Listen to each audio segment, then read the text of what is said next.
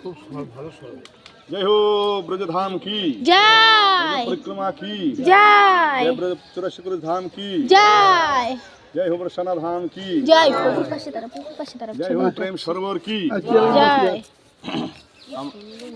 আমরা প্রেম সরোবরে এসে উপস্থিত হয়েছি। এই এটা হলো প্রেম সরোবর।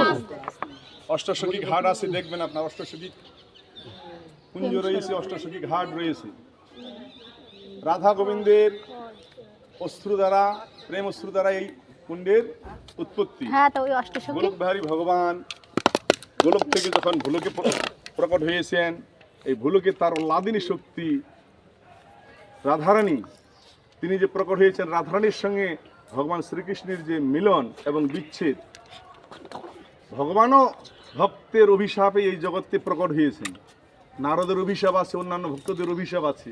তাছাড়া ভগবান অনন্ত ব্রহ্মাণ্ডে বিহার করতে থাকেন বলে এইভাবে ভক্তদের সঙ্গে তার বিহার হতেই থাকে।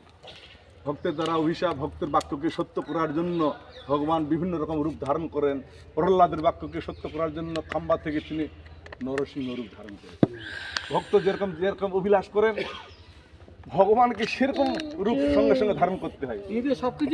তিনি তো তার রূপ অনন্ত রূপ, তার রূপের শেষ নেই, তার গুণের শেষ নেই, তার লীলার শেষ নেই, তার পরিকর বৈশিষ্ট্যের শেষ নেই। ভক্ত অনন্ততা। এক এক ভক্তের অভিলাষ পূরণের জন্য ভগবানকে বহু রকম রূপ ধারণ করতে, বহু রকম লীলা করতে হয়, বহু রকম লীলা করে সেটাকে সফল করতে, কার্য সফল করতে হয়। তাই ভগবান ভক্তের অভিলাষ পূরণের জন্য, ভক্তের বাক্য সত্য করার জন্য এই জগতে প্রকট হয়েছেন। তাছাড়া পৃথিবীর ভার হরণের জন্য বিশেষ করে তিনি এই জগতে প্রকট হয়ে বহু রকম লীলা করেছেন। যখন ভগবান রাধারানীর সঙ্গে বিচ্ছেদ লীলা করবেন, কিন্তু মিলনের সময় তাদের যে হর্ষ এবং আনন্দের যে একটা অশ্রুধারা, প্রেমের অশ্রুধারা, কৃষ্ণকে রাধা থেকে 25টি বছর পর্যন্ত, তাকে 100 বছর পর্যন্ত দূরে থাকতে হবে, বিচ্ছেদ থাকতে হবে। সেই জন্য একটা যে দুঃখ, তারপরে সঙ্গে সঙ্গে যে মিলনের যে একটা আনন্দ, হর্ষ আনন্দের যে একটা অশ্রু এখানে প্রবাহিত হয়েছিল, বিশেষ করে আনন্দে, সেই রাধা গোবিন্দের প্রেমের অশ্রু দ্বারা একটা সরোবরে পরিণত হয়। এই সরোবরটাই নাম হলো তোমার প্রেম সরোবর। ভগবান শ্রীকৃষ্ণ যোগমায়াকে বলেছিলেন, হে যোগমায়া, আমরা তো ভুলকে যাচ্ছি, ভুলকে আমার সঙ্গে রাধারানীর যে মিলনটা যেন সুখী হয়, তুমি সেই স্থানটা একটু নির্ণয় করে রাখো। যোগমায়ার দ্বারা এই স্থানটি নির্মিত হয়। এই স্থানটি ত্রিলোক ভ্রমণ করে যোগমায়া দেবী এই স্থানটাকে সুখের জন্য নির্মাণ করেছিলেন। রাধা গোবিন্দ এখানে সুখের মিলন হতে পারে।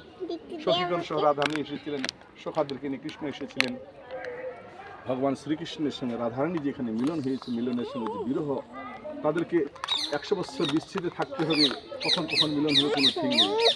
রাধাকৃষ্ণ একই স্বরূপ, লীলার আস্বাদিত ধরে দুই রূপ, একই স্বরূপ, কিন্তু লীলার আস্বাদনের জন্য দুই রূপ ধারণ করেছেন, হ্যাঁ, লীলা খেলা, এগুলো সব খেলাধুলার আনন্দ। যাই হোক, এইভাবে নরলীলাতে তিনি এইভাবে অবতীর্ণ হয়ে লীলা করেছেন।